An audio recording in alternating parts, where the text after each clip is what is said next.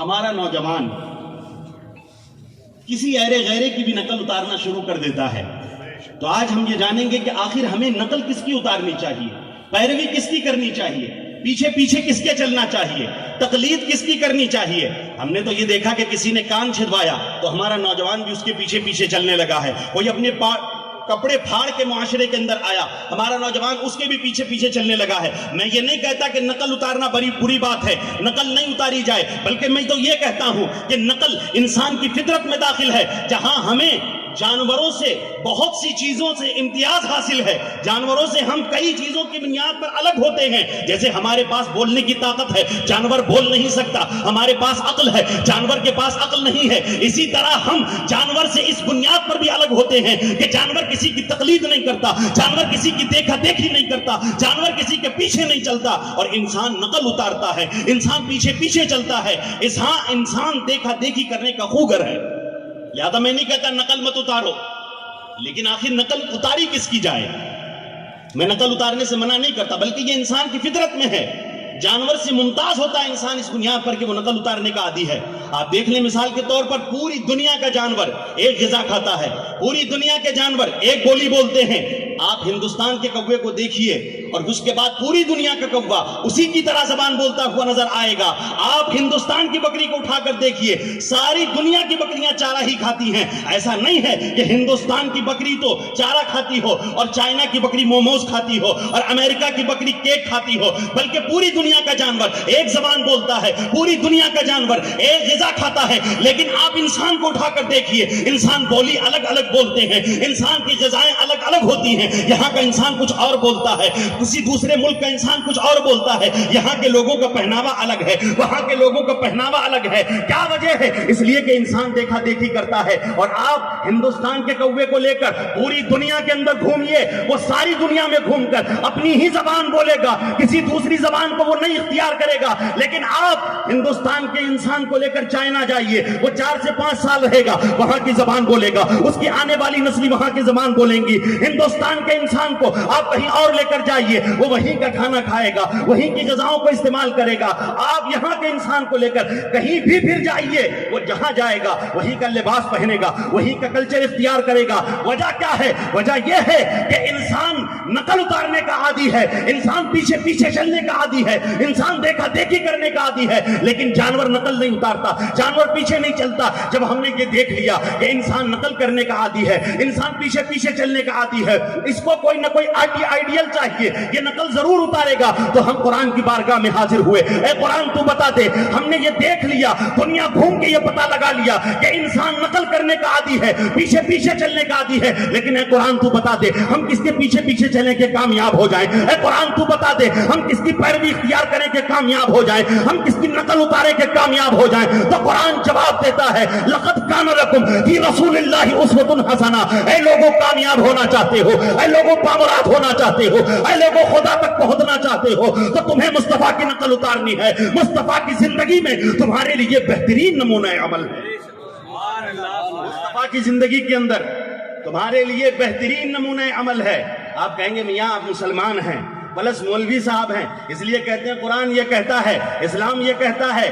میں کہتا ہوں بات صرف مذہب اسلام کی نہیں, آپ دنیا کے کسی بھی عقل مند آدمی سے جا کر پوچھئے کہ میاں نقل کس کی اتارنی چاہیے, پیچھے پیچھے کس کے چلنا چاہیے, ہم کس کے پیچھے پیچھے چلیں, تو وہ آپ کو جواب دے گا کہ پیچھے پیچھے اس کے چلو جس کی باتیں بدلتی نہ ہو, پیچھے پیچھے اس کے چلو جس کی باتوں میں تبدیلی نہ ہو, پیچھے پیچھے اس کے چلو جس کی باتوں کے اندر بال کے کروڑویں حصے کے برابر بھی غلطی کا امکان نہ ہو. پیارے یہ وہی مقام ہے جہاں عام انسان کا مقام اور مقام نبوت نکھر کے سامنے آ جاتا ہے کہ جو بھی انسان دنیا کا کتنا بھی بڑا ڈگری ہولڈر کیوں نہ ہو, کسی بھی یونیورسٹی سے فارغ کیوں نہ ہو, کتنا بھی بڑا لیکچرار کیوں نہ ہو, کتنا ہی بڑا موٹیویشنل اسپیکر کیوں نہ ہو, اس کی باتوں میں غلطی کا امکان ہوا کرتا ہے, اس کی باتیں بدلا کرتی ہیں. کوئی انسان کتنا بھی تجربے کار کیوں نہ ہو, اس کی باتیں بدلا کرتی ہیں. آج لوگ کچھ کہتے ہیں, کل کچھ کہتے ہیں, ہمارے سامنے فلاں پارٹی کی تعریف کی, کل معلوم کیا ووٹ کسی اور کو دیکھ رہے ہیں. انسان کی باتیں بدلتی ہیں, لیکن جو اللہ کا بھیجا ہوا پیغمبر ہوتا ہے اس کی باتیں بدل بدلا نہیں کرتی ہیں، اس کی باتوں میں غلطی کا امکان نہیں ہوتا ہے،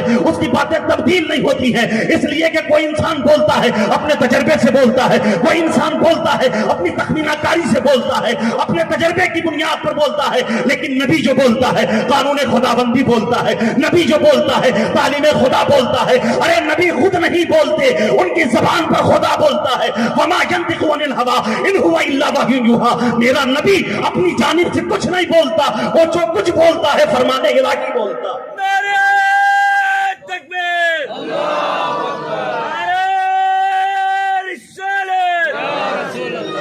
میرا نبی اپنی جانب سے کچھ نہیں بولتا، وہ جو کچھ بولتا ہے فرمان الہی بولتا ہے۔ اس لیے آپ دنیا کے کسی بھی انسان کو اٹھا کر دیکھ لیجئے، اس کی باتیں بدلتی ہیں، اس کی رائے بدلتی ہے، اس کے فرامین بدلتے رہتے ہیں۔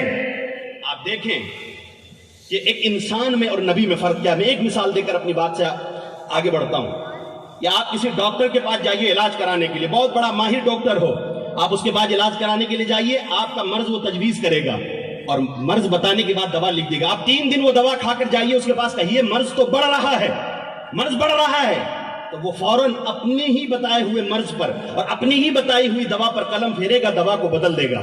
پھر جو دوا اس نے دی 3 دن کے بعد آپ پھر جائیے، وہ پھر دوا بدل دے گا، پھر 1 ہفتے کے بعد جائیے، وہ دوا بدل دے گا، اس لیے کہ اس کے اندازے میں غلطی کا امکان ہے۔ وہ جانتا ہے میرا تجربہ غلط ہو سکتا ہے، لیکن آؤ دیکھو نبی کی باتیں غلط نہیں ہوتی، نبی کی باتیں بدلا نہیں کرتی ہیں۔ پیارے آقا سید عالم صلی اللہ علیہ وسلم کی بارگاہ میں ایک صحابی حاضر ہوئے، عرض کرتے ہیں یا رسول اللہ صلی اللہ تعالیٰ علیہ وسلم، میرے بھائی کو مرض اسہال ہو گیا ہے، یا رسول اللہ اسے دست ہو رہے ہیں، آقا کوئی دوا تجویز فرما دیں۔ میرے آقا کونین صلی اللہ علیہ وسلم نے ارشاد فرمایا اس کی ہی آسلا، جاؤ جا کر انہیں شہد پلاؤ۔ وہ بھائی آیا، آنے کے بعد اپنے بھائی کو شہد گھول کے پلایا، لیکن جیسے ہی شہد کو پینا تھا مرض بڑھ جاتا ہے۔ دوڑے دوڑے بارگاہ رسالت میں حاضر ہوئے، عرض کرتے ہیں یا رسول اللہ مرض تو بڑھ رہا ہے۔ میرے آقا کونین صلی اللہ علیہ وسلم نے ارشاد فرمایا جاؤ جا کر اپنے بھائی کو شہد پلاؤ، اس کی ہی آسلا۔ وہ جا کر پھر آتے ہیں اور اپنے بھائی کو پھر شہد پلایا، مرض پھر بڑھ گیا۔ پھر وہ میرے آقا کی بارگاہ میں آئے، عرض کرتے ہیں یا رسول اللہ میں نے آپ کی بتائی ہوئی دوا اس کو دی، مگر یا رسول اللہ میرے بھائی کا مرض بڑھ رہا ہے۔ اب میرے آقا پیغمبرانہ عزم کے ساتھ ارشاد فرماتے ہیں صدق اللہ ورسولہ وکذب بطن اخی، اللہ سچا ہے، اس کا رسول سچا ہے، تیرے بھائی کا پیٹ پھوٹا ہو سکتا ہے، میاں جاؤ جا کر اپنے بھائی کو شہد پلاؤ، اس کی ہی اصلا، اس کی ہی اصلا۔ اب جب وہ بھائی آتا ہے، آنے کے بعد اپنے بھائی کو شہد پلاتا ہے، پروردگار عالم اسی شہد سے اس کے بھائی کو شفا عطا فرماتے ہیں۔ سبحان اللہ، نعرہ تکبیر، نعرہ رسالت۔ اے لوگوں آپ نے دیکھا ڈاکٹر نے اپنے دوا کو بدلا، اس کے بتائے ہوئے علم کے مطابق جو دوا اس نے لکھی تھی، وہ جانتا ہے میرا اندازہ غلط ہو سکتا ہے، لیکن نبی فرمان الہی بولتے ہیں، نبی جو کہتے ہیں وہ خدا کی دی ہوئی طاقت سے کہتے ہیں، خدا کے دیے ہوئے علم سے کہتے ہیں، اس لیے نبی کی باتیں بدلا نہیں کرتی ہیں۔ اے لوگوں ہم نے در در کی ٹھوکریں کھا کر دیکھ لی، ہم نے سب کے نعرے لگا کر دیکھ لیے، ہم سب کے پیچھے جا کر دیکھ چکے ہیں، لیکن ہم نے یہ دیکھا ہے ذلت ہمارے مقدر میں آئی ہے، ہمارے رسوائی ہاتھ آئی ہے۔ اگر عزت چاہتے ہو، اگر باوقار ہونا چاہتے ہو، اگر بلندی چاہتے ہو تو مصطفیٰ کے قدموں میں آ جاؤ، مصطفیٰ کی غلامی میں آ جاؤ، اس لیے کہ طریقہ مصطفیٰ کو چھوڑنا ہے وجہ بربادی، اسی سے قوم دنیا میں ہوئی بے اقتدار اپنی۔ ہمیں لازم ہے شہنشاہ بطحا کی رضا جوئی، ہمیں لازم ہے شہنشاہ بطحا کی رضا جوئی، وہ اپنے ہو گئے تو رحمت پروردگار اپنی، بے شک بے شک بے شک، اپنے ہو گئے تو رحمت پروردگار اپنی۔ پیارے یہ صرف میری بولی نہیں ہے، یہ ان لوگوں کی بولی ہے جنہوں نے دنیا پر حکومت کی ہے، یہ ان لوگوں کی بولی ہے کہ جن کے نام سے قیصر و کسریٰ کانپتے تھے۔ فتح بیت المقدس کے لیے جب حضرت عمر فاروق رضی اللہ تعالیٰ عنہ پہنچتے ہیں، لباس بہت عمدہ نہیں ہے، چمک دمک نہیں ہے، تو صحابہ نے جب یہ بات کرنا شروع کی کہ لوگ انتظار کر رہے ہیں، دنیا کی سپر پاور طاقتیں انتظار کر رہی ہیں، امیر المومنین کو ذرا اچھے لباس میں آنا چاہیے تھا۔ حضرت عمر فاروق رضی اللہ تعالیٰ نے جب یہ کلمات سنے ہیں، ارشاد فرمایا اے میرے رسول کے صحابہ، تم کیا سمجھتے ہو کہ ہمیں اونچی پگڑی عزت دے گی، ہمیں چمکتے ہوئے لباس عزت دیں گے، ہمیں موضوع کی چمک عزت دے گی؟ اے میرے آقا کے صحابہ سن لو، ہم تو ذلیل قوم تھے، رسوا قوم تھے، ہمیں جو عزت ملی ہے مصطفیٰ کی غلامی کے صدقے ملی ہے، اور ہمیں جو عزت ملے گی وہ مصطفیٰ کی غلامی میں ملے گی، ورنہ کہیں سے ہم کو عزت نہیں مل سکتی۔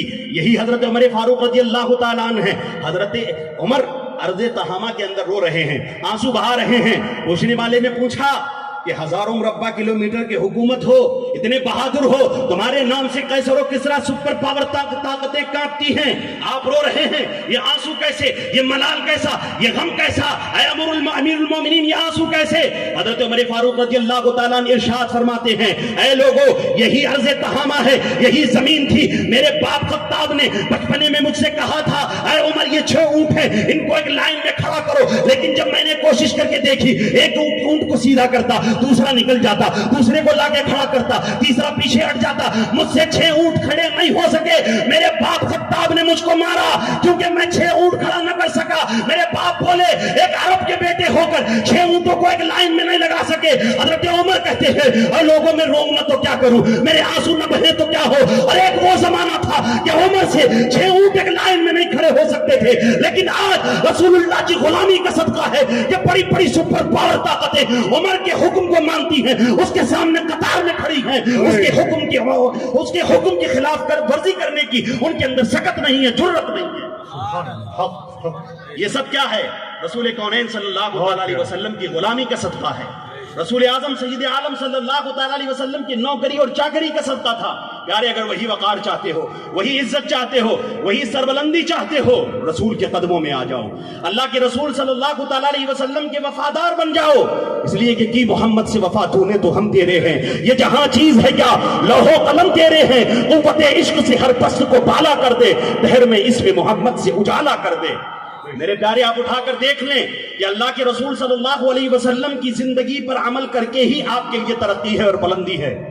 آپ اس کو اس طرح سمجھیے کہ حضرت آدم سے لے کر آج تک نہ جانے کتنے لوگ آئے، بڑے بڑے لوگ آئے، بڑے بڑے سرمایہ دار آئے، بڑی بڑی حکومتیں والے آئے، قارون بھی آیا، فرعون بھی آیا، شداد بھی آیا، حامان بھی آیا، نمرود بھی آیا، بڑی بڑی حکومتوں والے آئے، انبیاء کرام بھی جلوگر ہوئے، بڑے بڑے سپہ سالار اور فوجوں کے مالک بھی آئے، لیکن آپ ایک بات کو نوٹ کریں اور اس کو غور سے دیکھیں کہ کسی بھی انسان کی زندگی کے لمحے کو نہیں لکھا گیا، کسی بھی انسان کی زندگی کا ایک ایک لمحہ محفوظ نہیں ہے، اس کی زندگی کا ایک ایک قدم محفوظ نہیں ہے، ایک ایک ساتھ محفوظ نہیں ہے، لیکن کائنات میں صرف ایک شخصیت ہے جس کا لمحہ لمحہ محفوظ ہے۔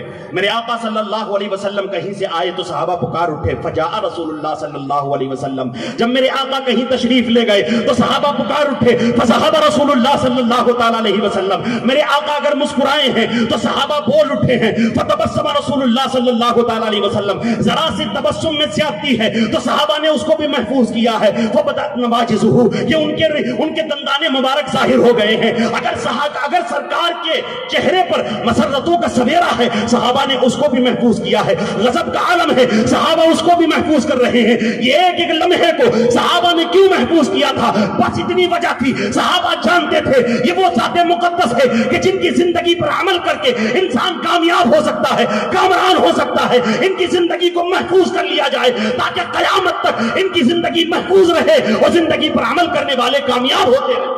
بے شک بے شک بے شک۔ اٹھا کر دیکھیں پوری تاریخ عالم کے اندر کوئی انسان ایسا نہیں ملے گا کہ جس کی زندگی کا ایک ایک لمحہ محفوظ کیا گیا ہو، لیکن میرے آقا صلی اللہ علیہ وسلم کے غلاموں نے میرے آقا کی زندگی کے ایک ایک لمحے کو، ایک ایک قول کو، حتیٰ کہ اگر کسی نے کوئی کام کیا، میرے آقا اگر خاموش رہ گئے، صحابہ نے اسے بھی محفوظ کر لیا، ایک ایک لمحہ محفوظ کیا۔ پیارے صرف اسی لیے تھا کہ ہمیں کرنی ہے شہنشاہ مدحہ کی رضا جوئی، وہ اپنے ہو گئے تو رحمت پروردگار اپنی۔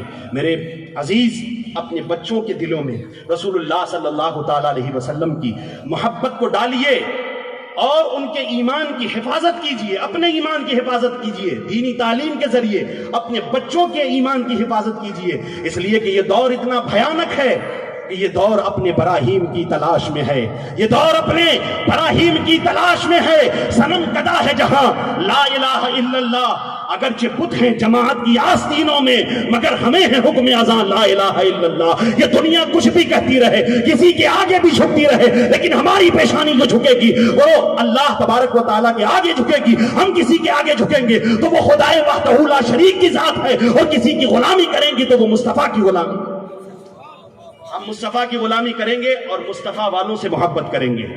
بس یہی میرا پیغام ہے کہ آپ اللہ کے رسول صلی اللہ تعالی علیہ وسلم کی زندگی کو پڑھیے اور اس پر عمل کرنے کی کوشش کیجیے۔